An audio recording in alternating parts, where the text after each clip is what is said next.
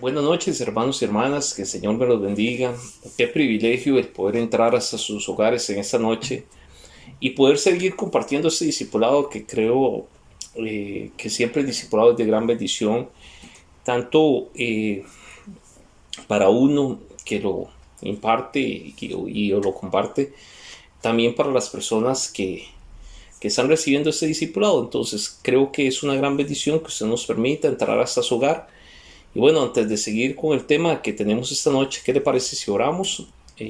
Ponemos esta palabra delante del Señor y démosle gracias al Señor porque el Señor hasta aquí ha sido fiel, hasta aquí el Señor nos ha acompañado. Y bueno, oremos. Padre, en el nombre de Jesús te damos gracias. Gracias por tu bendición. Gracias porque día a día, Señor, vemos tu mano poderosa. Gracias, Señor, porque hasta aquí tú nos has ayudado, porque hasta aquí, Señor, tu presencia maravillosa ha estado con nosotros.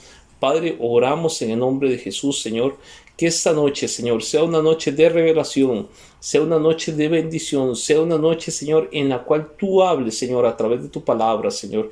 Señor, sabemos y entendemos, Señor, los tiempos que estamos viviendo, que tu venida está pronta, Señor. Es por eso, Señor, que oramos, Señor, para que esta noche, Señor, sea una noche, Señor, de edificación para nuestras vidas, para nuestra familia, Señor. En el nombre de Jesús. Amén, amén y amén. Muy bien, hermanos, como les decía, seguimos compartiendo el tema que venimos desde hace 2 semanas. Y el tema que estamos hablando es sobre las 7 iglesias del Apocalipsis. Y yo invitarle a que vaya a su Biblia, a Apocalipsis 1, y estábamos hablando 1:19. Veníamos hablando de las 7 iglesias y dentro de eso, bueno, hablamos de la iglesia de Éfeso, hablamos después de la iglesia de Esmirna, hablamos de la iglesia de Pérgamo y después hablamos de la iglesia de Tiatira. Y como todos se acuerdan, cuando comenzamos hablando de las iglesias del Apocalipsis, hicimos referencia a 2 cosas. Número 1, que las 7 iglesias del Apocalipsis, yo no sé si usted se acuerda, hablamos que puede ser interpretado desde 2 puntos de vista. Número 1, que las 7 iglesias del Apocalipsis iban a ser 7 periodos de tiempo que iban a haber desde el comienzo de los tiempos postreros, o sea, desde el arrebatamiento, desde la ascensión a los cielos del Señor Jesucristo. Ahí se iban a reflejar 7 periodos de tiempo que corresponderían a 7 iglesias que se iban a manifestar, o 7 espíritus que se iban a manifestar a través de ese tiempo. 2. También dijimos que la otra interpretación que le podemos dar a las 7 iglesias del Apocalipsis son 7 características, o sea, 7 hechos que se iban a manifestar en la iglesia en el tiempo final. Y ojo que le estoy diciendo a la iglesia en el tiempo final. Y por eso es tan importante traer el tema ahorita. Porque ahorita puede ser que alguna de las características de las cuales el Señor le hace ver a cada una de las iglesias se estén reflejando hoy en la iglesia. Por eso el tema es tan importante, porque es un tema hacia la iglesia. No es un tema que el Señor venga hablándole al mundo entero, sino es específicamente a la iglesia, donde cada una de las iglesias tiene un ángel. Entonces, hablamos de la iglesia de Éfeso y se recuerda que dijimos que las obras no son, las obras son importantes, aunque por obras no vamos a lograr la salvación, pero sí el Señor hace mucho hincapié a las obras. Y en la iglesia de Éfeso comenzamos en Apocalipsis 2, de 2 a 7, diciendo que yo conozco tus obras, tu fatiga, tu perseverancia, y que no puedes soportar a los malos y has sometido a prueba a los que dicen ser apóstoles y no lo son, y los has hallado mentirosos. Tienes perseverancia, has sufrido por amor a mi nombre y no has desmayado, pero tengo contra ti que has dejado tu primer amor. Y bueno, esa es una característica que ahorita se puede estar reflejando en la iglesia del Señor Jesucristo, el dejar el primer amor. Pero dijimos que el primer amor, y ya como es un tema que ya lo vimos, no precisamente era aquel primer amor en el cual se nos había enseñado cuando conocimos al Señor Jesucristo, sino que ese primer amor que menciona aquí y le hace hincapié a esta iglesia tenía que ver más con costumbrismo, más un periodo en el cual uno viene llega el Señor Jesucristo, asista a la iglesia o bien sirva al Señor, pero más que todo por costumbre y no por amor. Y ahí es donde me habla que has dejado el primer amor. O sea, personas que ahorita están en las iglesias y dicen, de ni modo, vamos a la iglesia porque ¿qué queda? Voy a la iglesia tal vez para que mi esposa no se enoje. Voy a mi iglesia porque ni modo, que si no voy el pastor me va a llamar al día siguiente a ver dónde estoy. O voy a servirle al Señor porque de ni modo. El pastor dice que es importante servirle al Señor y voy a servirle al Señor. No, es que todo lo que hagamos ahorita lo vamos a hacer por amor, por ese verdadero amor al Señor Jesucristo. Hablamos de la segunda iglesia y voy rápido porque apenas es un resumen para llegar a donde quedamos. La iglesia de Esmirna.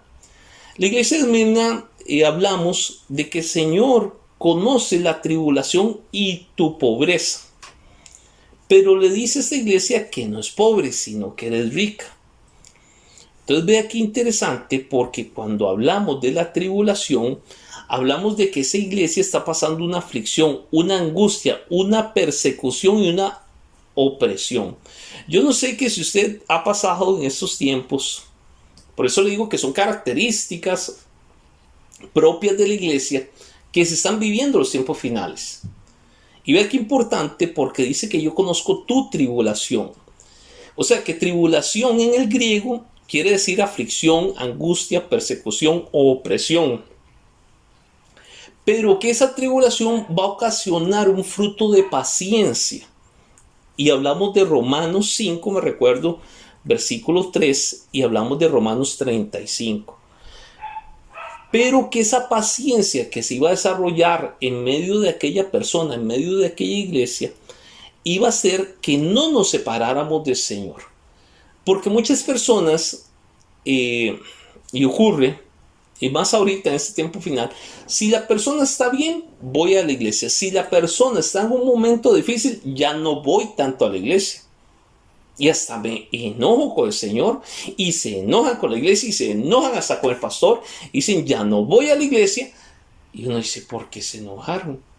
Si más bien que esa tribulación, que esa aflicción, que esa angustia, que esa opresión, que aquel problema ocasione una paciencia, que más bien se desarrolle una fe, y que aquello más bien no sea para separarnos del Señor, sino que más bien nos una más al Señor. Entonces, por eso es que en esta iglesia se habla de eso. Y también se habla de la pobreza. La pobreza que se habla aquí no precisamente es la pobreza material, sino se habla de la pobreza espiritual. Y cuando hablamos de la pobreza espiritual, hablamos de que tiene que ver con la fe. ¿Qué tanta fe tenemos? Ese es un tiempo en el cual tenemos que desarrollar la fe, más que en otros tiempos. Ese es un tiempo de fe. Santiago 2:5 hablamos de eso. Hablamos también de la iglesia de Pérgamo, que está en Apocalipsis 2, de 12 a 17. Y esa iglesia, aquí nos detuvimos un poco porque hablamos de la doctrina de Balaán y la doctrina de los Nicolaitas. No me voy a detener ahorita mucho en eso porque ya lo tocamos bastante el sábado pasado. Nada más quiero hacer hincapié en esto. En la doctrina de Balaán, Balaán significa un hombre destructor que ayudó a Balac. Y Balac significa un devastador. Y aquí nada más voy a detenerme en eso porque hay una promesa en la Biblia que el Señor iba a reprender al destructor. Y es a través de los diezmos y las ofrendas. Y no es que esté pidiendo diezmos y ofrendas ahorita, sino más bien a lo que me estoy refiriendo es que a través del diezmo el Señor promete Él personalmente reprender al devorador. Y por eso es que muchos hoy en día han visto la misericordia del Señor, porque han sido fieles en el diezmo al Señor, porque el diezmo es obediencia y la ofrenda es amor.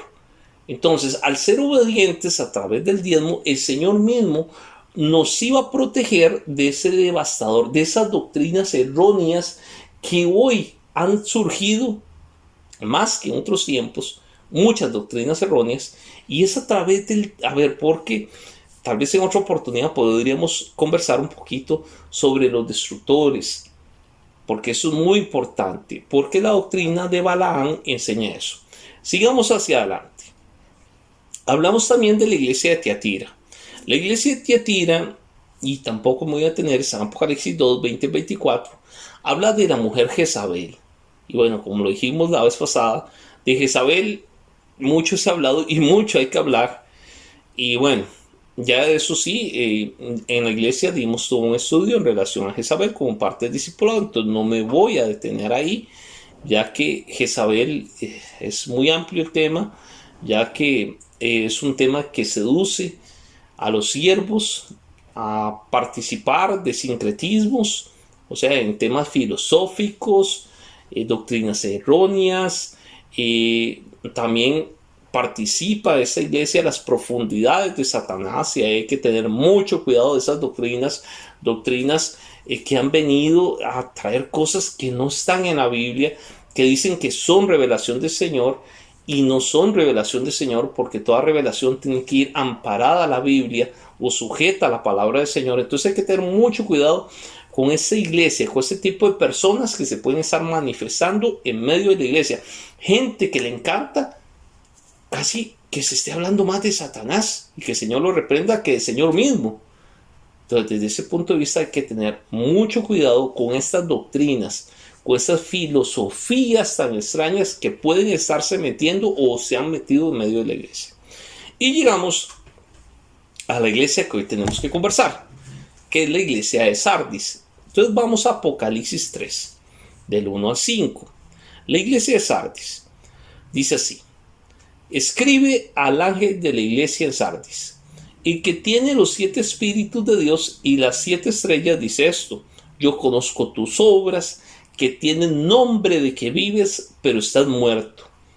Ponte en vela y afirma las cosas que quedan, que estaban a punto de morir, porque no he hallado completa tus obras delante de mi Dios. El vencedor será revestido de vestiduras blancas, y no borraré su nombre del libro de la vida, y reconoceré su nombre delante de mi Padre y delante de los ángeles. Es importante porque esta iglesia, como las demás iglesias, y así lo hemos mencionado, se habla que el Señor conoce sus obras, pero que tiene un nombre de que vives, pero estás muerto. Vea qué interesante, porque esta iglesia asevera estar viva y amar a Dios, pero con sus hechos lo negaba. Hacía obras, pero nunca fueron completas ni perfectas. Y aquí nos tenemos que detener. Usted conoce gente en caminar del cristianismo que dice: voy a hacer eso en el Señor, y no lo completa. Hay gente que yo le llamo a veces como que le da la unción del sapito, anda de área en área en el ministerio, pero nunca completa, nunca termina aquello que inició, aquello que el Señor le dijo que iniciara, nunca lo completa. Casi siempre dice: bueno, voy a hacer eso del Señor, y no lo termina y se brinca a ver a dónde calza. Dice: es que ando viendo a ver en qué calza. No, como que va a andar viendo a ver en qué calza. Esa persona no sabe lo que el Señor le ha dado. Entonces, el Señor Jesucristo dijo que el que creyera en Él, mayores obras haría, en Juan 14:2. Pero Sardis se estancó. Y ojo aquí, porque la iglesia de Sardis es una iglesia que se estanca. Por eso es tan importante hoy en día nosotros, que se nos ha enviado esta cuarentena, de estar en nuestros hogares como familia, que no nos estanquemos, que más bien que cuando volvamos a los templos, cuando volvamos a congregarnos, si el Señor así lo deja, y si el Señor no ha venido antes, yo creo que nos tiene que ver diferente. Cuidado, nos van a ver iguales, porque eso va a ser reflejo de que casi estaríamos como la iglesia de Sardis.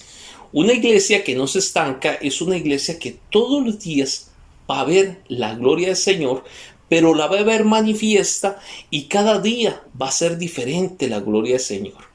¿Qué le quiero decir? Es una iglesia que no se estancó.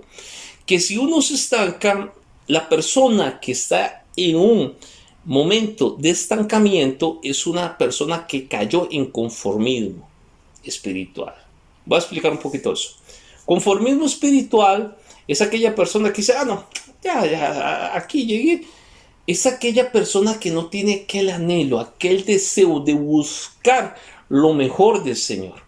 Dice la Biblia que nosotros tenemos que anhelar los mejores dones, que nosotros tenemos que buscar los mejores dones de parte del Señor. Eso me indica que yo no me puedo estancar, que yo tengo que ponerme a soñar, que aunque, porque todos estamos diciendo, y cuántos dicen amén, que el Señor viene pronto, pero tal vez alguno dirá, no, como el Señor viene pronto, entonces ya yo no sueño ser como un pastor, ser ministro, ser un profeta, Anhelemos.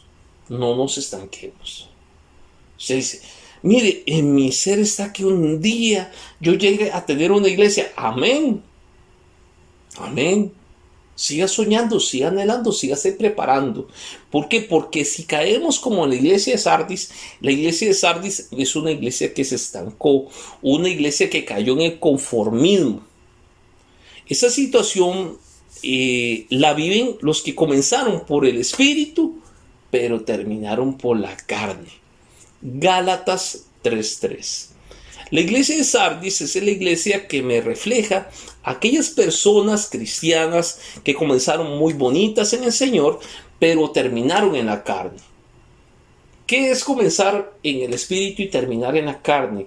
Es aquella persona que comenzó viendo la gloria del Señor, viendo las maravillas del Señor y terminó casi confiando en la parte humana.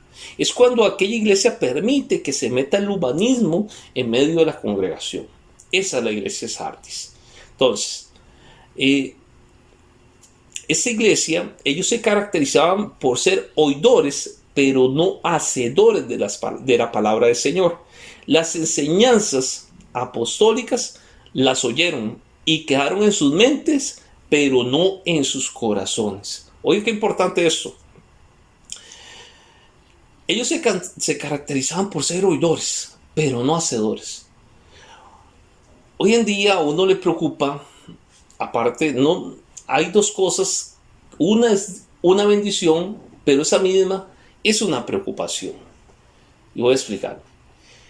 ¿Qué es una bendición ahorita? Mire, la abundancia de palabra que hay ahorita transmitiéndose a través virtual, a través del internet. Y eso es toda una bendición. Pero también se convierte en una preocupación. ¿Por qué se convierte en una preocupación? Que esa palabra no sea de que nada más nos convirtamos en oidores y que no la pongamos en práctica. Esa es una preocupación que ahorita yo creo que la mayoría de pastores tenemos. ¿Por qué? Porque puede ser también que cada una de las enseñanzas, así como le ocurrió a Sardis, las estemos oyendo, pero verdaderamente no nos esté quedando a nivel de nuestro corazón, sino que nada más esté quedando a nivel de la mente.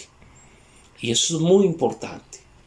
La palabra que ahorita se está predicando es palabra de tiempo final, es palabra de preparación, es palabra en la cual nos están equipando para ir a ese evento grandioso que es el arrebatamiento, para ir al evento grandioso que es las bodas del Cordero. Yo no sé cuántos se quieren ir a las bodas del Cordero, cuántos dicen amén, porque yo me quiero ir también, pero para irme o para que nos vayamos es necesario no solo oír la palabra del Señor, sino que esa palabra llegue a ser vida en nosotros. O sea, que ya no seamos oidores, sino que convertámonos en hacedores. Amén.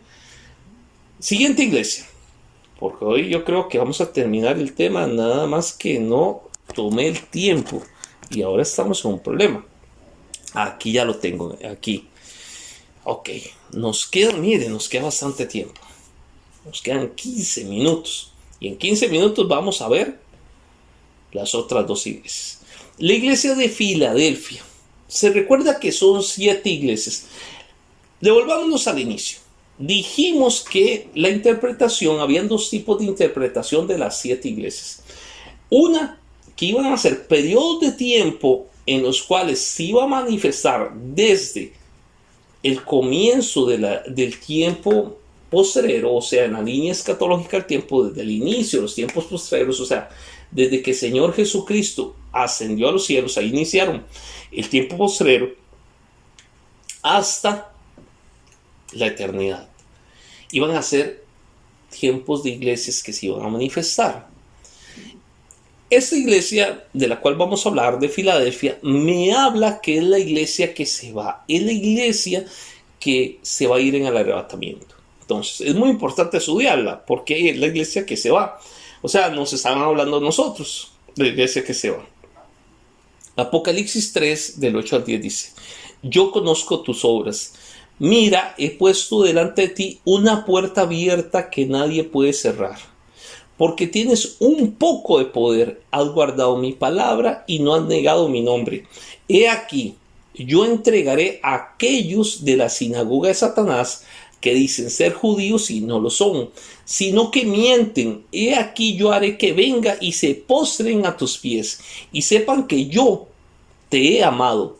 Porque has guardado la palabra de mi perseverancia, yo también te guardaré de la hora de la prueba, esa hora que está por venir sobre todo el mundo para probar a los que habitan sobre la tierra. Y esta palabra es maravillosa. Esta palabra, porque dije para nosotros los que nos vamos a ir. Porque si usted la lee textualmente, casi diríamos que es lo que estamos viviendo ahorita. Casi. Y esta es la iglesia que se va. Por eso es algo glorioso. Una característica que tiene la iglesia es que guarda su palabra. Y apunta este pasaje, Juan 14, 23. Es una iglesia que guarda la palabra del Señor. Esta es la iglesia. Tal vez leámoslo. Juan 14, 23. Déjeme buscar aquí en la Biblia. Juan 14, 23. Juan 14, 23 nos va a llevar a esa característica de esta iglesia maravillosa que guarda la palabra del Señor. Por eso ahorita la palabra del Señor, mire, se convierte en pieza clave. Un día de estos me tocó oír lamentablemente a una persona que decía: no, es que la palabra está adulterada. No, la palabra no está adulterada. La palabra indiscutiblemente es la palabra del Señor, y ni una tilde ni una coma se van a tener que quitar ni que agregar. Juan 14, 23. Déjeme para buscarlo aquí mientras. Aquí está.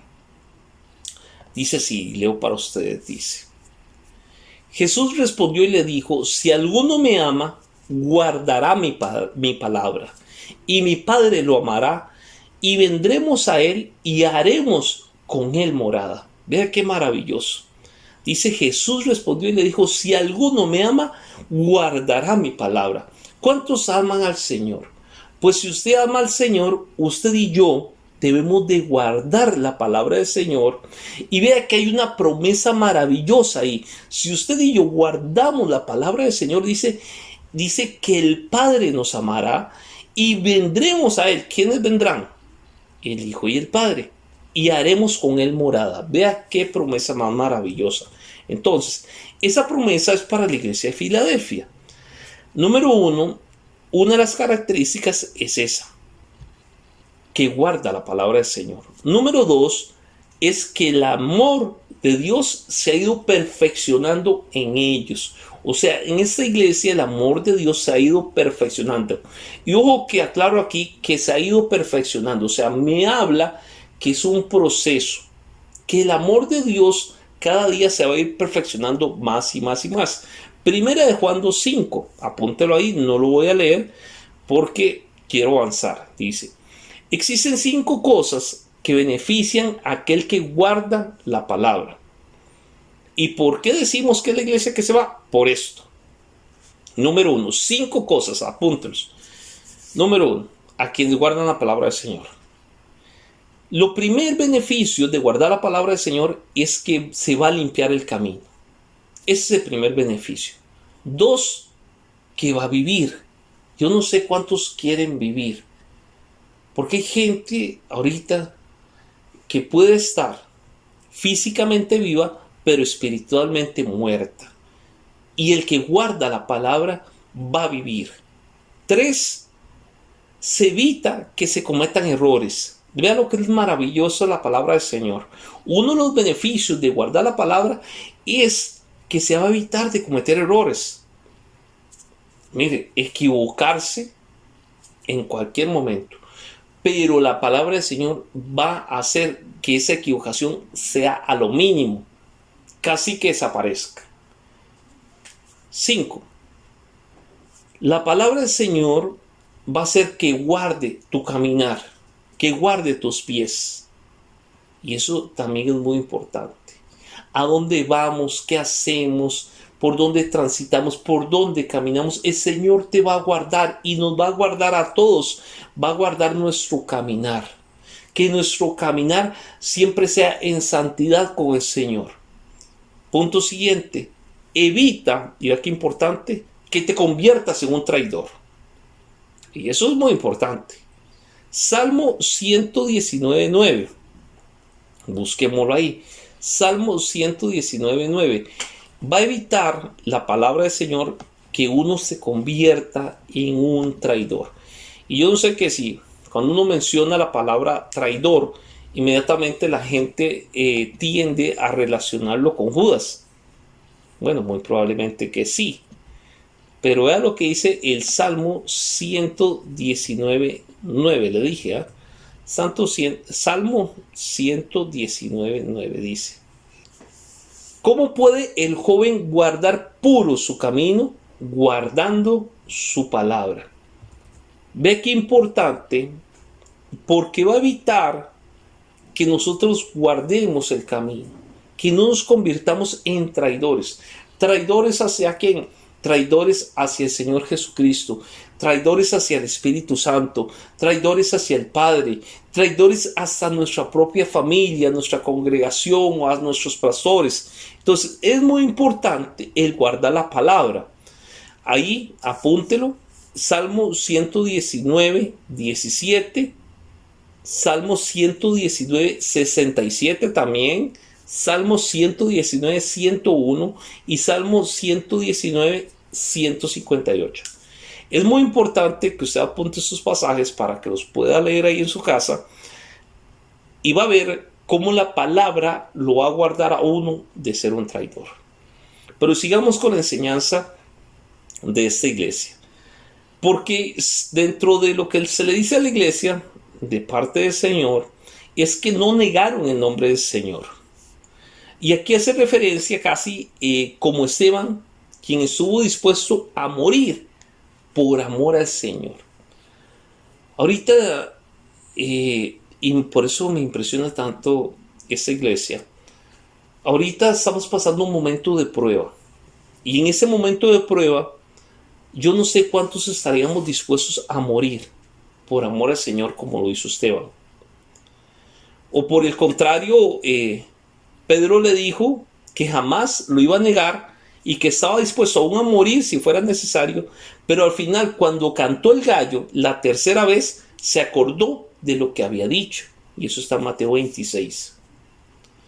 En el momento de la prueba, y por eso un domingo de esos enseñamos sobre la cuarentena y el significado del número 40, que el número 40 es prueba, hay que tener mucho cuidado porque en el momento de la prueba es cuando verdaderamente vamos a saber quiénes somos. Vea que Pedro, en el momento de la prueba, él dijo y le dijo al Señor que jamás lo iba a negar y que estaba dispuesto aún a morir si fuera necesario. Pero cuando vino la prueba, ¿qué hizo Pedro? No cumplió lo que había prometido. Mas Esteban, que hoy en día la iglesia casi tiene que ser como un Esteban, sí estuvo dispuesto a morir por amor a Dios. Y tal vez usted me dirá, pastor, ¿cómo es morir en este tiempo? Mire, no le estoy hablando precisamente físicamente, le estoy hablando espiritualmente. Hoy la iglesia tiene que morir a muchas cosas. Morir al orgullo, morir a un engaño, morir al pecado. Eso es morir. Lógicamente, y habrán, mire, hermanos misioneros, que hoy en día que el Señor los bendiga y que el Señor los guarde donde ellos están. Y puede ser que a ellos les toque morir por amor al Señor y ahí sí espiritualmente y físicamente. Pero más que nunca, esta palabra de morir que habla el Señor a la iglesia de Filadelfia es que tenemos que morir a nuestras pasiones carnales, a nuestra vana manera de vivir. Nosotros tenemos que morir a eso.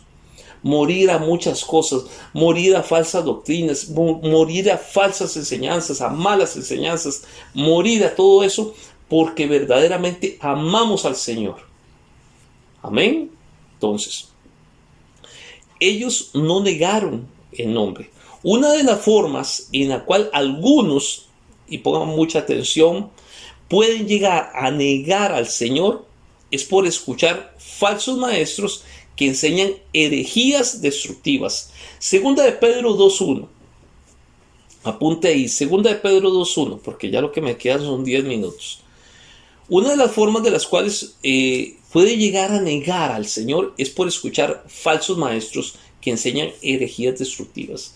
Yo les decía ahora que es toda una bendición este tema de que ahorita hay tanta palabra a nivel virtual, o sea, a nivel de internet. Pero ponga mucho cuidado qué estás escuchando y a quién estás escuchando. Porque dice la palabra del Señor que no todo aquel que diga Señor, Señor entrará en el reino de los cielos. Y eso no está escrito en la palabra, pero yo puedo decir que no todo lo que brilla es oro. Entonces, hay que tener mucho cuidado. Porque, a ver, por la doctrina no es que vamos a llegar a la salvación, pero por una falsa doctrina yo sí puedo perder la salvación. Y ahí es donde hay que tener mucho cuidado en ese tiempo. ¿Qué estamos escuchando? ¿A quién estamos escuchando? Porque habrá muchos que hablan muy bonito. Pero aunque hable muy bonito, tal vez lo que está diciendo no está fundamentado en la palabra del Señor. Aunque se comporte muy bonito y mucho amor y muchas cosas, pero tenga mucho cuidado, que si eso no está en la palabra del Señor, si eso no es la doctrina verdadera, eso es una doctrina falsa. Y por eso es una de las formas por las cuales el enemigo las utiliza para negar al Señor, por escuchar a falsos maestros, a falsos pastores, a falsos ministros. Segunda Pedro 2.1, le dije. Mire, otra característica de esta iglesia, que es una iglesia, la iglesia que se va, es que guardó la palabra de la paciencia. Paciencia, híjole. Nada más la palabra paciencia ya encierra muchas cosas. A ver, no había una sombra de variación en ellos y eran definidos hacia el Señor como Samuel. Ya que, y tal vez apunte este pasaje, 1 Samuel 1.19 y 1 Samuel 28.3. Ya que esta iglesia tenía fe, tenía esperanza y se mantuvo en el amor. Pero si algo el Señor quería formar en ellos se llamaba paciencia. Guardó la palabra de la paciencia. O sea, la palabra de paciencia es aquella iglesia que sabe esperar en el Señor, que no se apresura a obtener las cosas del Señor. Porque hay iglesias ahorita y hay hermanos, por eso digo que son características de la iglesia de los últimos tiempos, que quieren obtener todo ya, todo ahora. Y habrán cosas que no son ya ni son ahora, sino porque el Señor nos está formando en paciencia. Recuérdese que a la hora de la prueba es para formar paciencia. Diga paciencia, ahí donde usted está en su casa, diga paciencia y repítasela para adentro. Tal vez estás pasando un momento difícil, pero espera en el Señor. Que el Señor va a ser fiel y el Señor te va a responder y el Señor va a hacer el milagro que necesitas, pero pacientemente espera al Señor. Hay que tener paciencia. Si no forma el Señor paciencia, la hora de la prueba no está ocasionando lo que el Señor quiere. En la iglesia, esta de Filadelfia, era una iglesia que tenía fe, tenía esperanza, se mantuvo en amor, y apunte ese pasaje, 1 Corintios 13:13, y así toda obra que hagamos debe ser realizada por amor. Por eso es tan importante ahorita, y el enemigo está peleando esta palabra que se llama amor. Amor. ¿Por qué? Porque toda obra, y apunte esto y escriba esto y lo escribe bien grande, toda obra que hagamos debe ser realizada por amor. Primera de Corintios 14, 16. Cuidado, usted va a hacer algo para que lo vean. Cuidado, va a hacer algo para hacerse un nombre. Cuidado, va a hacer algo para caerle bien a la gente. O para caerle bien al pastor, o para figurar en la iglesia, o para que todo el mundo lo vea. No. Ahorita, y no debe ser ahorita, debería ser siempre. Todo lo que hagamos debe ser realizado por amor. ¿Qué es hacer las cosas por amor? Es porque verdaderamente sabemos y entendemos para quién lo hacemos. Y lo hacemos para el Señor Jesucristo. Cuando una persona no hace las cosas por amor, le es muy fácil abandonar aquello que estaba haciendo. Le es muy fácil no hacerlo. Le es muy fácil hacerlo mediocremente. Si la persona entiende y la persona dice, yo soy esa iglesia que se va, yo soy. Sí, es muy fácil. Porque la persona lo va a hacer por amor. Porque verdaderamente ama aquello que está haciendo. Porque para aquella persona es un deleite hacer aquello que está haciendo. Y bueno, iba a contar un testimonio que nos ocurrió a nosotros cuando el Señor, en su infinita misericordia, nos envió a Puriscal a través del apóstol y todo. Pero en otra oportunidad se lo cuento porque ya no hay tiempo. Pero uno debe hacer las cosas por amor. Y no porque quiera hacerse un nombre, o porque quiera figurar, o porque se crea muy grande, sino porque verdaderamente lo hacemos por amor. Apocalipsis 3, del 14 al 16, me habla de la iglesia de la Odisea. Pero vamos a ver si hablamos de la iglesia de la Odisea un poquito, porque la iglesia de la Odisea es la iglesia que se queda. Y tal vez toquémosla en 5 minutos. Dice así, Apocalipsis 3 del 14 al 16, dice, y escribe al ángel de la iglesia de la Odisea, el amén, el testigo fiel y verdadero, el principio de la creación de Dios, dice esto. Yo conozco tus obras, que ni eres frío ni caliente. Ojalá fueras frío o caliente. Así pues, que eres tibio y no frío ni caliente, te vomitaré de mi boca. El Señor identifica como una iglesia indefinida, una iglesia fluctuante. El problema de esta iglesia es que en su camino no estaba claro. No se definía si era fría o era caliente. Y muchas veces hemos relacionado, y creo que lo podríamos hacer así, con aquella persona que comienza a jugar con el pecado. Como que un día se consagra, un día se santifica y otro día no. Y otro día sí y otro día no. O sea, diríamos que una persona es caliente y el otro día es frío. Pero aquí interesante lo que dice, o el significado de frío en el griego, que dice que es una persona fresca, una persona indiferente, una persona perezosa, una persona lenta. Y a mí me llamó mucho la palabra, que es uno que ha sido destituido del fervor de la fe cristiana y el deseo de santidad. Esa es una persona fría. La persona fría es aquella persona indiferente que llega y ve la gloria del Señor y pareciera que no es con él o con ella. Una persona floja. ¿Qué es una persona fría? Es una persona que hace las cosas porque ya ni modo la mandaron a hacer y tras de que las hace mal. Eso es una persona floja. O sea, una persona que dice, este año que inició, este año sí me voy a leer la Biblia y comienza todo bonito en enero y ya va por febrero y ya se aburrió. Entonces, eso es una persona floja, una persona perezosa que dice, ay, qué pereza levantarme hoy, ¿cómo que vamos a orar? No, ¿qué? Esa es una persona fría. Ahora, ¿qué es una persona caliente según la Biblia?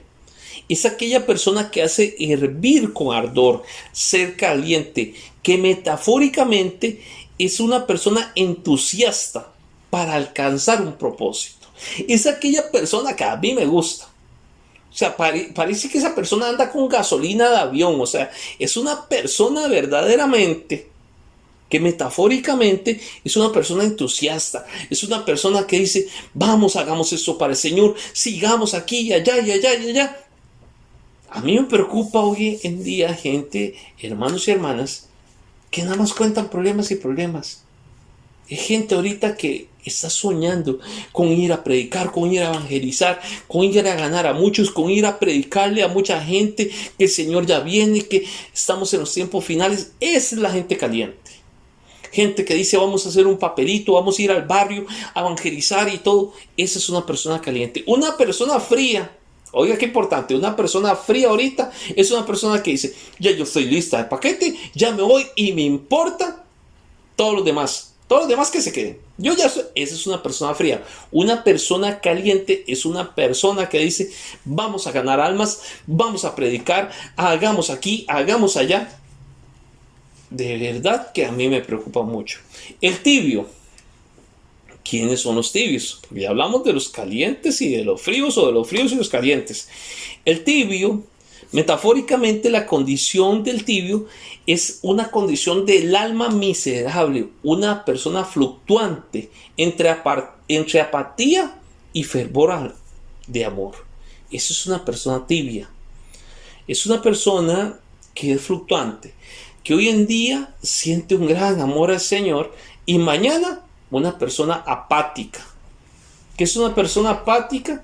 Es aquella persona que comenzó muy bonito, comenzó orando, comenzó leyendo la palabra del Señor, persona que comenzó su caminar con el Señor bonito, pero el transcurrir del tiempo dijo no, y entonces se convierte en una persona apática, una persona que hace las cosas por costumbre. Nosotros no hacemos las cosas por costumbre, nosotros hacemos las cosas por revelación.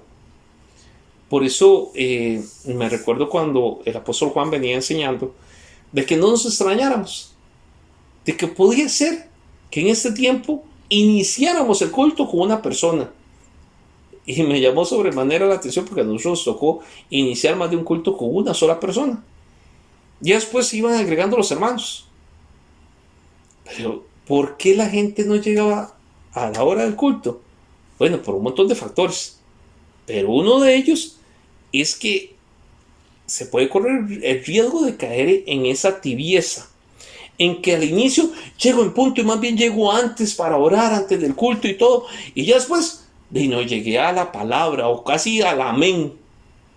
Esa persona, cuidado si no puede estar cayendo en este problema de la iglesia de Laodicea. La iglesia de Laodicea era una iglesia tibia que hacía buenas y malas obras. Y aquí es donde muchos se me confunden, porque uno no debe poner la mirada solo en las buenas obras, ya que esta iglesia hacía buenas y malas obras. Esta condición es provocada cuando no tenemos una clara decisión en nuestro corazón, cuando ignoramos a quién servir y por qué debemos de servirle. Aquí importante es, Jesús dijo que nadie puede servir a dos señores, y esta iglesia confiaba ciegamente en las riquezas, pensando que ser rico era objeto de su fe, como el pueblo de Israel, que creyeron que agradaban a Dios, hicieron un ídolo de oro para adorarlo. Esta iglesia de la Odisea, la iglesia que se queda, y ya con esto termino, es una iglesia que ama mucho lo que es la idolatría. Esta iglesia necesita idolatrar a alguien. El problema de la idolatría, aunque muchas veces hemos criticado y le hemos dado duro a la iglesia católica, que la idolatría, que aquí, que allá, que ellos adoran santos y toda la vaina entera. El problema ahorita de la iglesia cristiana es que no idolatra imágenes, pero idolatra algo más peligroso, que seres humanos. Y esa es la iglesia de la Odisea. Es una iglesia que siempre va a poner su mirada en el hombre y no la va a poner en el Señor. Y esta iglesia es la iglesia que se queda. Si usted conoce un tipo de figura así, es aquella iglesia que usted verá que el nombre de su líder, de su pastor, reluce más que el nombre del Señor. Que la gente va y corre por aquel ministro, aquella ministra, y no corren por el Señor. Casi llegan a preguntarle, ¿y qué será lo que dice el ministro? Sin antes preguntarle al Señor. Yo siempre le he dicho, el ministro, el pastor, el apóstol, el evangelista, el profeta, va a llegar o lo va a utilizar el Señor para confirmarte lo que el Señor ya te dijo. No precisamente es que uno primero va a ir a buscar al ministro para después ir a buscar al Señor, a ver qué dice el Señor. No, primero uno busca al Señor, qué me tiene que decir el Señor como hijo de Dios, y después el ministro Dios lo va a utilizar para que venga a confirmar, o sea, casi que venga a sellar lo que el Señor ya dijo. Entonces, termino con eso. Creo que sí estamos viviendo indiscutiblemente los tiempos finales. Vea lo que decía de la iglesia de Filadelfia, que es la iglesia que se va. Dice, porque has guardado la palabra, mi perseverancia, yo también te guardaré de la hora de la prueba. Ese tiempo que nos tocó vivir, tiempo de pandemia, tiempo del COVID-19, es un tiempo de prueba. Porque dice, esa hora de la prueba que ha de venir sobre todo el mundo para probar a los que habitan sobre la tierra. Hoy en día creo que está siendo probada la humanidad completa, el mundo entero está siendo probado. Y bueno, gloria al Señor, porque nosotros estamos acá, usted nos está viendo, porque hemos guardado la palabra de perseverancia. Y dice la palabra del Señor, y ya con eso termino, que el que persevere hasta el fin, ese será salvo. Entonces, termino con eso. Hermano y hermana, perseveremos hasta el fin. Seamos esa iglesia de Filadelfia, una iglesia que ha guardado la palabra, que no niega el nombre del Señor. Esa iglesia que dice, voy a guardar la perseverancia. Que aunque se vengan momentos difíciles, momentos de verdad dolorosos, que nunca nos separemos del Señor. Amén. Entonces, si usted gusta, vamos a orar. Y terminamos este tema. De hoy en 8 vamos a continuar con otro tema. A todos se los comunico durante el chat. Ahí les voy a enviar el tema que vamos a iniciar de hoy en 8. Pero por ahorita, oremos para terminar. Padre, en el nombre de Jesús te damos gracias, Señor. Gracias por esta palabra maravillosa. Gracias, Señor, porque tu misericordia está vigente. Padre, oramos en el nombre de Jesús para que tú nos guardes, Señor, para que esa palabra de perseverancia, Señor, venga sobre nosotros, que podamos perseverar, Señor, hasta el final. Padre, sabemos que no es por obras, Señor, Padre, pero las obras son importantes para ti, Señor. Oramos en el nombre de Jesús, Señor, para que tú hagas una obra maravillosa en cada uno de mis hermanos, Señor. Que no seamos, Señor, fluctuantes, Señor. Que un día seamos calientes y que otros seamos fríos, sino que seamos verdaderamente hijos tuyos, Señor. Como la iglesia de Filadelfia, Señor. Esa iglesia, Señor, que supo guardar tu palabra, que no negó tu nombre, Señor. Guárdanos, Señor, de toda doctrina, Señor, engañosa, Señor. Padre, que ha de venir y que está viniendo en este tiempo final, Señor. Oramos en el nombre de Jesús, bendecimos cada familia, bendecimos cada hogar, Señor. En el nombre de Jesús te damos gracias. Amén, amén y amén. Mis hermanos, les invitamos al culto del día de mañana a las 10 de la mañana. Vamos a estar tocando un tema muy importante que tiene que ver con los tiempos finales. Que el Señor me los bendiga, que el Señor me los guarde y les esperamos el día de mañana a las 10 de la mañana. Bendiciones a todos.